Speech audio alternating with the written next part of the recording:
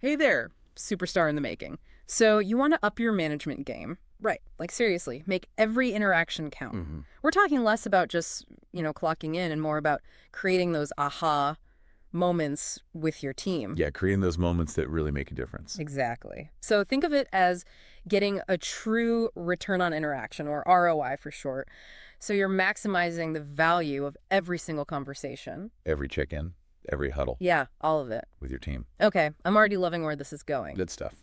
To help us deep dive into this, we're taking a look at this blog post by Coach Dane. Right, Coach Dane. He's all about this whole ROI on interaction idea. And you know what's really interesting about this is the link between engaged teams and, well, a healthier bottom line. Oh, absolutely. Gallup's research is so clear on this point. Yeah, what did they find? Companies with engaged teams, they see a 23% higher profit. Whoa, 23%. That's not just like a small boost. That's a huge. That's a game changer, right? It is. So no wonder you reached out wanting to dive into this. Exactly. So how do we actually achieve that level of engagement? Right. Well, Coach Dane breaks it down into 5 key elements. The first one he tackles is frequency. Okay. Now, before you go thinking this means back-to-back meetings all day long, Right. Not at all. it's a bit more nuanced than that. It's not about quantity over quality, like some kind of management myth. You know what I mean? Totally. Coach Dane talks about aiming for this consistent, meaningful contact, even daily, if you can manage it. Okay. But, and this is crucial, the quality of those interactions can't be an afterthought. Yeah, you can't just like squeeze it in. Exactly. At the end of the day, and hope for the best, Hmm. it's got to be good quality. Yeah. And he actually gives a really practical example in the blog, right? He suggests those quick 10-minute daily stand-up meetings I love those. where each person shares, their top priority for the day and maybe any roadblocks they see coming. Yeah, just to stay in sync. Exactly. Yeah. It's about staying in sync, not getting, super bogged down in the weeds. Exactly. And it's like the perfect segue into Dane's second element, which is quality conversations. Okay.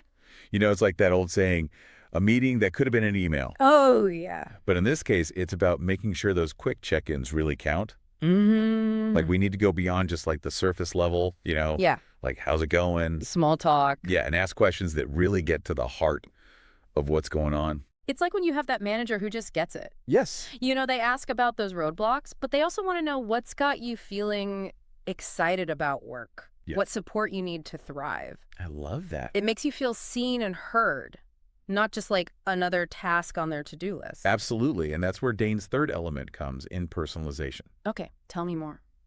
You just can't expect a one-size-fits-all approach to work with every single person on your team.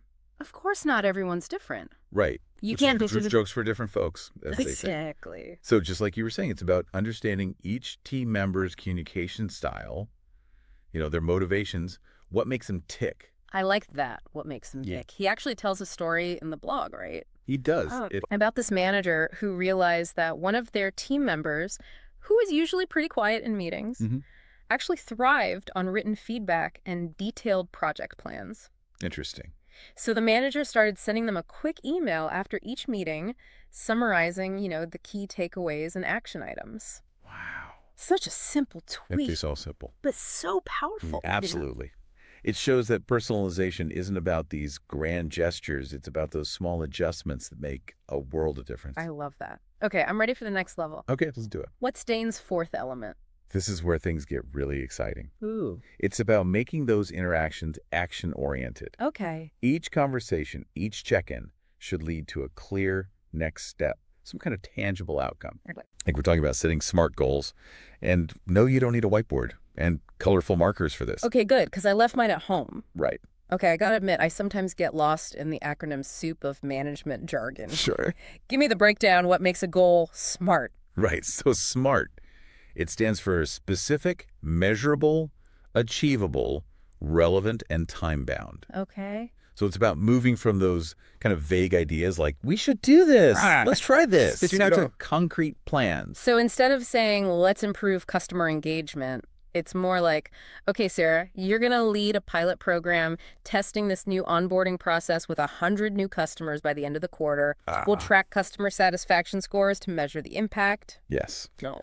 Everyone knows exactly what they're responsible for and what success looks like. I love it. It's so clear.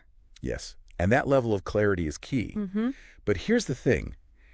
Even the most brilliantly crafted SMART goals are useless without Dane's fifth and final element. Oh, really? What's that? Follow through. Oh! This is the glue that holds it all together. Oh, it's so true, though.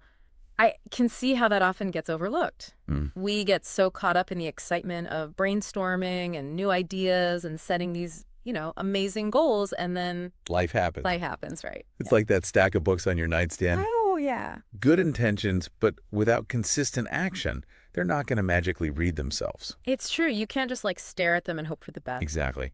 And Dane actually shared this personal anecdote in his blog about this very thing. Oh, really? He was working with this manager who was great at the first four elements. Frequent quality conversations, personalized approach, setting clear goals. But when it came to following up, Uh-oh. things always seemed to fall through the cracks. It's like the manager version of out of sight, out of mind. Exactly. Right. And Dane helped this manager realize that just setting reminders in his calendar Oh. to follow up on these key action items Okay. made a world of difference. So simple. It's about building those consistent habits Okay. that ensure accountability. So I've got these 5 elements: frequency, quality conversations, personalization, action-oriented interactions, and follow-through. Yes, It's like a recipe for success. it is. But how do we know if we're, Yeah. really on the right track? How do we measure ourselves against this? That's where Coach Dane's self-assessment questions come in. Okay, I like this. It's a reality check. Okay. A chance to see how your own return on interaction stacks up. I love it. And he asks some really thought-provoking questions in here, like, Like what? do you know the career aspirations of each person on your team? You know what? That one really resonates with me. Yeah. In a previous role, I had a manager who took a genuine interest in my career goals. Mm-hmm. He didn't just see me as someone filling a position. He saw my potential Yeah. and actually helped me grow in ways I hadn't even imagined. Wow. It made me feel so valued, and I was so much more engaged because of it. It's amazing, right? Like when leaders take the time to understand our aspirations, it can be so motivating. Absolute. But there's another question from Dane's self-assessment that I think is worth unpacking. Okay, what's that? Can you name the top priority for each of your direct reports, like right now? Ooh, that one feels a bit less a pop quiz. A little bit, right? But I can see how that's crucial, though. Yeah. If we're not clear on our team's priorities, how can we expect to support them effectively? Exactly. Yeah. And that brings us to, I think, a really important point here. Okay. Coach Dane gives us this fantastic framework for maximizing, our return on interaction as leaders. Yeah. But the real magic happens when it becomes a two-way street. Ooh, I love where you're going with this. Yeah. It can't just be the manager putting on a performance, right? We need our teams to feel empowered, to actively participate, Yes. to share their ideas and know that they're being heard. Precisely.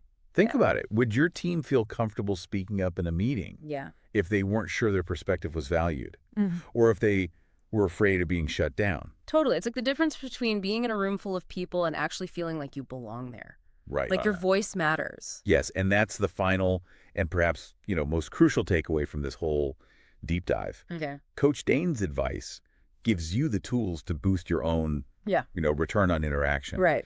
But the real transformation happens when you create a culture where your team feels safe and empowered to show up fully, Yeah. to co-create those next steps and really own those outcomes right alongside you. So to our listener who's ready to level up their management game, remember, it's about more than just checking boxes.